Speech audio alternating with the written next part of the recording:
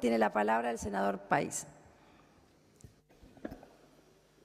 Voy a comenzar, estimada presidenta, para fundamentar mi voto por el rechazo a este proyecto de ley. No sin antes decir que soy absolutamente respetuoso de los legisladores del oficialismo y aún de mi bloque que entienden que este proyecto debe ser sancionado. Soy también respetuoso de la exposición de muchos de los gobernadores provinciales que han venido a este recinto a exponer su criterio político en función de la necesidad de salir de este cuello de botella cuasi extorsivo al que nos somete el STAI, el embargo de los tribunales norteamericanos, y que nos impide que podamos pagar a los holdings en tiempo y forma, pese a que nosotros intentamos, con la ley de pago soberano, habilitarle una vía para que pudieran cobrar. Pero yo también tengo que ser honesto, y a diferencia de quienes tienen una posición política absolutamente respetuosa, acá estamos en tratamiento de un proyecto de ley muy complejo. Un proyecto de ley que comienza derogando 3 leyes y un montón de normas más, indefinidas, en el aire. Dice el artículo primero, deróganse las leyes 26.017, 26.547, 26.886 y 26.984. Nos están derogando las leyes cerrojos e incluso la ley de pago soberano. A mí me duele inclusive porque la ley de pago soberano hasta tenía una comisión bicameral permanente para analizar el origen de la deuda de seguimiento, incluso del pago y la conducta de los holdouts y de los fondos buitres. Ahora ya el Congreso con esta ley va a dejar de investigar y de tener competencia para seguir analizando el origen de la deuda externa. Ese origen que acá muchos senadores han dicho y han confirmado en sus alocuciones que fue expurio en una importante cantidad. Pero fundamentalmente, y a diferencia de quienes vierten una decisión política, acá se nos pide también que aprobemos específicamente, no acuerdos preliminares, habla de acuerdos. El artículo, creo que si mal no recuerdo, el artículo 5 dice expresamente, ratifícanse los acuerdos de cancelación celebrados entre la República Argentina y los tenedores de títulos públicos elegibles. Nos está pidiendo que ratifiquemos los acuerdos que figuran como anexo de esta norma. Y es allí donde empieza realmente mi objeción de fondo. Coincido en que es necesario, que es urgente, que nosotros encontremos una salida que nos posibilite honrar nuestras deudas y salir de la situación de default o de default técnico que tenemos ante el impedimento de pagar a los holding. Pero seguramente este acuerdo que ha sido calificado por el exministro Labaña y por muchos de los legisladores preopinantes como malo y muy caro, pudo y debió ser mejor. El gobierno actuó con demasiada premura. Yo creo que el tema lo vale.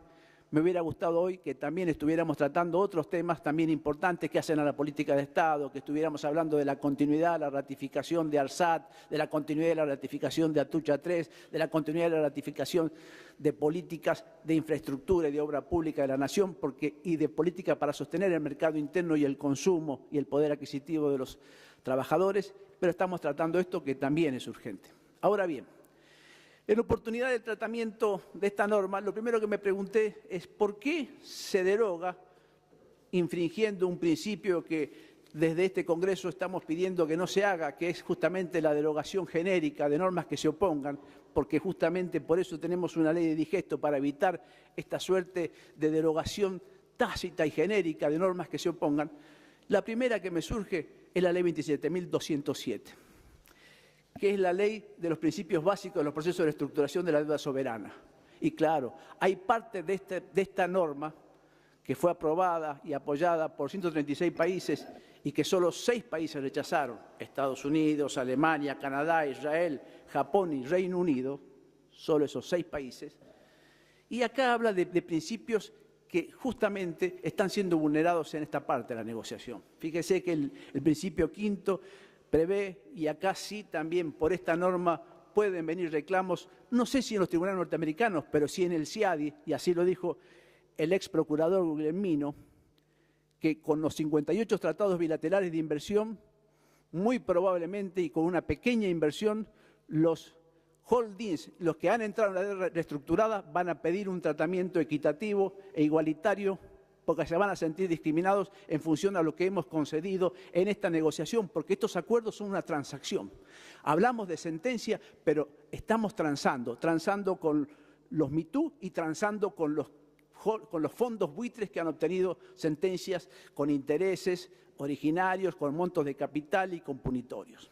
Fíjense que el principio quinto habla del principio de trato equitativo, impone al Estado la obligación de abstenerse de discriminar arbitrariamente a los acreedores a menos que la diferencia de trato esté justificada conforme a derecho, sea razonable y se corresponda con las características del crédito. Garantice la igualdad entre los acreedores y sea examinada por todos los acreedores. Y después estaba el principio de legitimidad, implica que al establecer instituciones y realizar operaciones relacionadas con la reestructuración de la deuda soberana se deben respetar en todos los niveles los requisitos de inclusión y el Estado de Derecho. Los términos y condiciones de los contratos originales seguirán siendo válidos hasta que sean modificados mediante un acuerdo de reestructuración.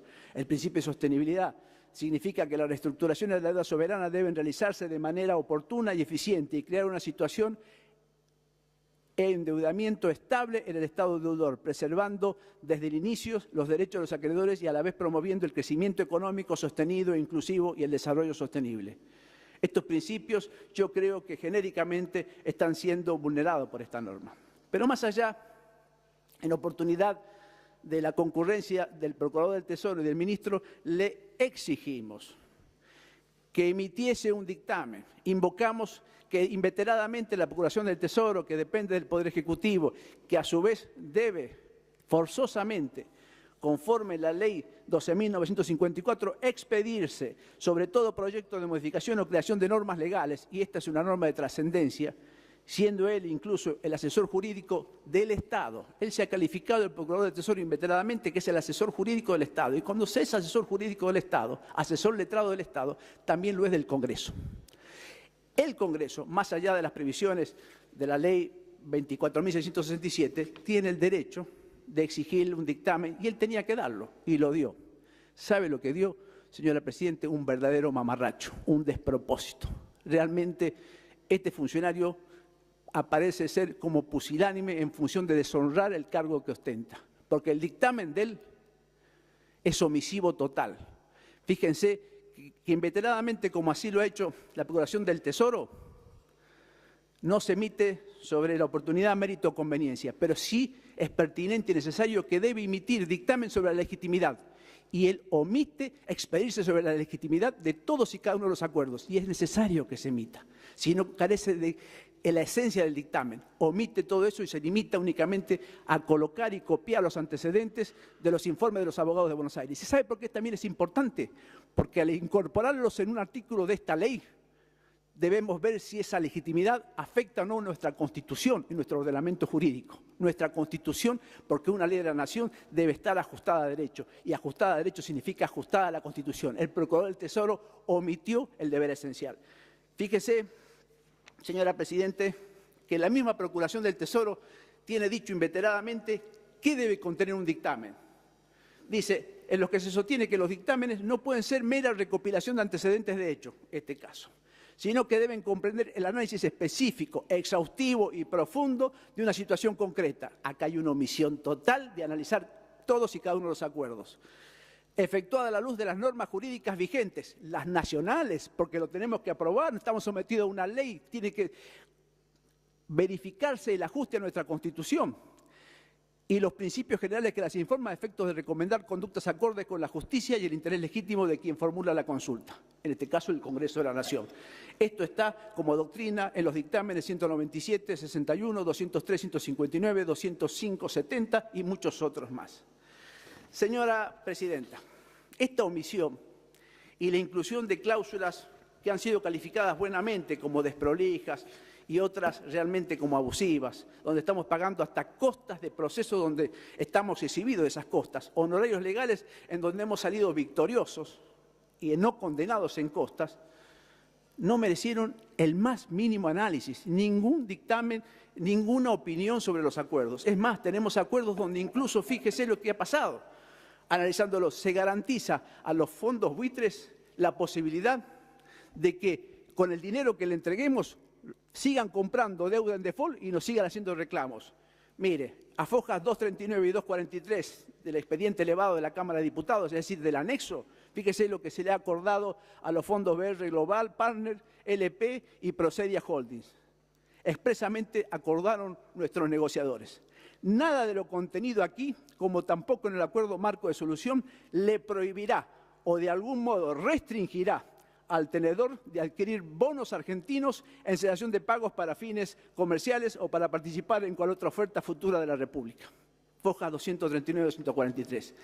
Al menos eso era lo que le reclamábamos al Procurador del Tesoro. Pero también le reclamamos otra cosa en esa audiencia pública que también recordaba el senador Abalmerino. Le reclamamos al ministro los informes técnicos económicos, que nos dijera cuánto era el capital original, cómo era el análisis de los tenedores, de la composición de cada uno de los títulos que estaban siendo renegociados con esta deuda, y ese ni siquiera llegó al Congreso. Entonces, se nos está pidiendo acá que aprobemos acuerdos a ciegas, y acá está la omisión de fondo. Para mí son malos estos acuerdos, son muy caros, fueron negociados de apuro. Es necesario, la fecha 14 de abril es una fecha autoimpuesta por uno de los fondos buitres, no por la justicia norteamericana, y es necesario entonces, señora presidenta, que nosotros reivindiquemos nuestra potestad. Para concluir, presidenta, quiero hacer referencia nada más a una presentación de amicus curiae, amigos del tribunal, efectuada por los Estados Unidos, el 24 de marzo, fíjese qué fecha, de este año, la semana pasada. Dice así: en la mirada de Estados Unidos, la resolución de la disputa con los holdouts es crucial para el éxito de las reformas económicas de Argentina. Su nueva administración heredó un alto déficit con bajas reservas. Según nuestro entendimiento, la nueva administración se propone emitir deuda para pagarle a los holdouts con quienes alcanzó un acuerdo. Y acá sigue: los Estados Unidos tienen especial interés de política exterior en apoyar a la nueva administración de la Argentina en sus esfuerzos por revertir políticas económicas anteriores, para normalizar la relación de Argentina con sus acreedores y fortalecer su economía. Si no se anula el par y paso, esto tendría serias consecuencias para la economía argentina y para los intereses de los Estados Unidos en la región en general. Es decir, volvemos a recibir recetas y recomendaciones de afuera de lo que debemos hacer. Nada más, señora presidenta. Gracias, señor senador. Tiene la palabra el senador Mayans. Sí,